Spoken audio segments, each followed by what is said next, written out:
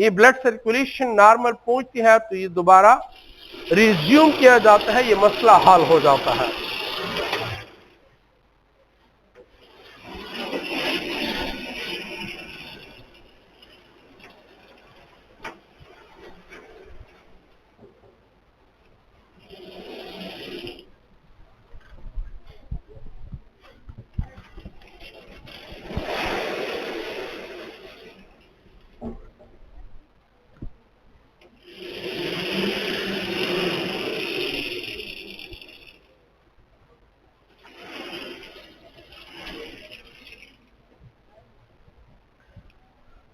What is joint dislocation?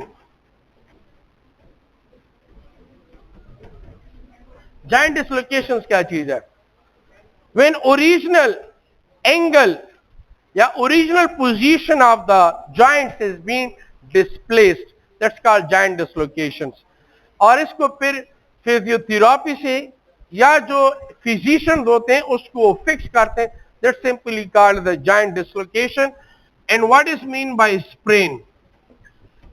Stretch, जब आपकी muscle जो है लिगामेंट्स की वजह से बहुत ज्यादा स्ट्रेच हो जाए, that is called a sprain कहा जाता है। तो स्प्रेन जो है इसके लिए फिर आई किंग कहते हैं, इसको ट्यूब लगाया जाता है और उसकी वजह से रिकवर होता है, इतना कोई मसला नहीं है। हाँ, बोन फ्रैक्चर पे आते हैं, ये लास्ट टॉपिक है। मसल फिटिक तो वहां पे हमने डिस्कस किया ना। हाँ, कौन कौन से?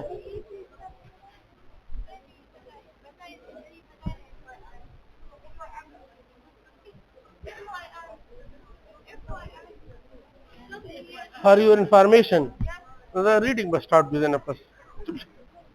बोन फ्रैक्चर पे आते हैं। बोन फ्रैक्चर क्या चीज है? जब एक्सटर्नल फोर्स है, एक्सटर्नल फोर्स आपकी बोन की फोर्स से एक्सीड कर जाए तो इसकी वजह से क्या हो जाता है? बोन फ्रैक्चर हो जाते हैं।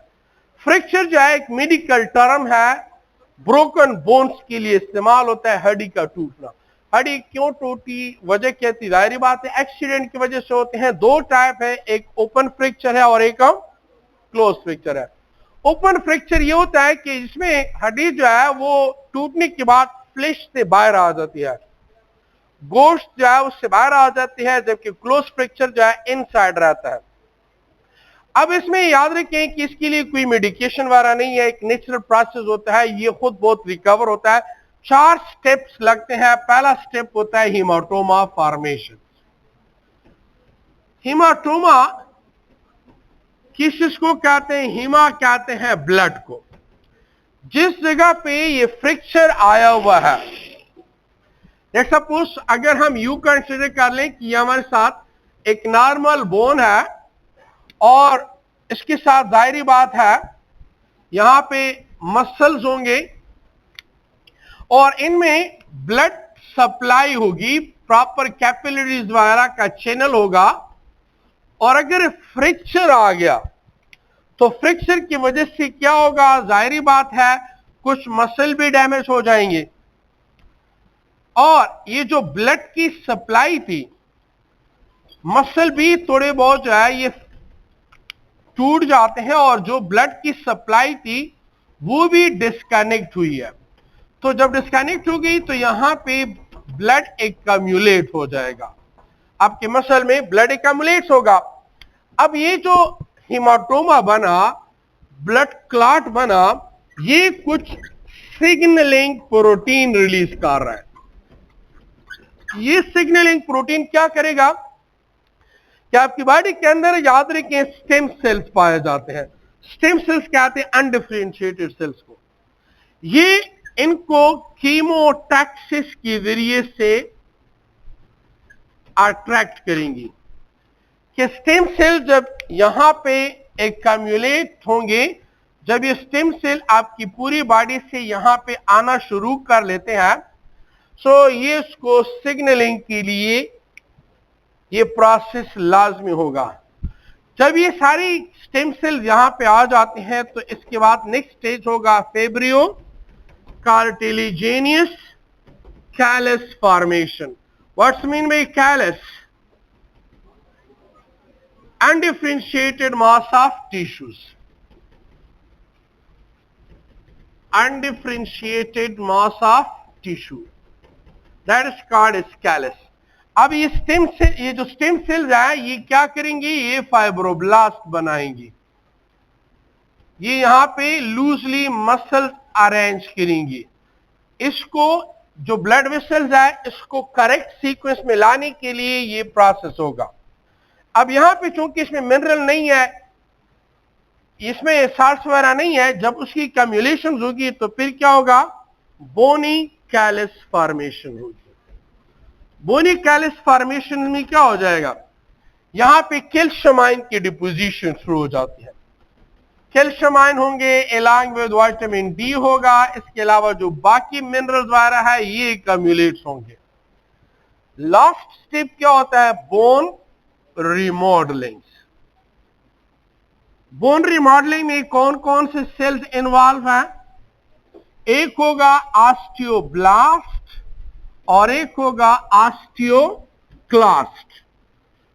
मतलब ये है कि अगर मिनरलाइजेशन कम हुई है तो ऑस्टियोब्लास्ट मिनरलाइजेशन करेंगे, अगर ज्यादा हो गई है तो ऑस्टियोक्लास्ट डीमिनरलाइजेशन करेंगे, और साथ ही साथ में आपका डिफेंसिव सिस्टम भी इन्वॉल्व है। यहां पे बाकायदा मैक्रोफेजेस भी होंगे, यहां पे बाकायदा न्यूट्रोफिल्स भी होंगे। वजह क्योंकि अगर ये जगह टूटी हुई है तो जाहिर बात है यहां से इंफेक्शन वगैरह भी हो सकती है, तो वो उनको खाएंगी, और इसके अलावा फेगोसाइटोसिस के लिए यहां पे मैक्रोफेज आएंगी ताकि इसको वो एनगल्फ करे और यहां से इन सारी चीजों को रिमूव किया जा सके। ज्यादा से ज्यादा जो वक्त दरकार है वो 6 to 8 वीक का होता है, लेकिन वो डिपेंड करता है कि फ्रैक्चर कौन सी जगह पे हुई है और किस टाइप की हुई है। ये जो हीलिंग का प्रोसेस है ये एक नेचुरल फिनोमेना है, इसके लिए मेडिकेशंस की जरूरत नहीं होती। हाँ, अगर कंपाउंड फ्रैक्चर्स है तो इसके लिए फिर वायर्स को या पिन्स को लगाया जाता है या रॉड्स को लगाया जाता है ताकि इसको एग्जैक्ट फिक्स किया जाए, क्योंकि बोन खुद बहुत हीलिंग कर रहा है, खुद रिपेयरिंग कर रहा है। हाँ, अगर ऐसा फ्रैक्चर आ चुका है जो कि बहुत ज्यादा हड्डी पीसेस फॉर्म में हो चुकी है तो हो सकता है कि वो एंगल ना हो सकता है वो टीडी अरेंज हो जाए, उसके लिए फिर रॉड्स, स्पाइन, पिन, तो ये सारी चीजें लगाई जाती हैं। नॉर्मली जो सिंपल फ्रैक्चर होते हैं वो खुद बहुत जो है रिपेयर हो जाते हैं। That's the end of this chapter. Wish you best of luck and see you tomorrow.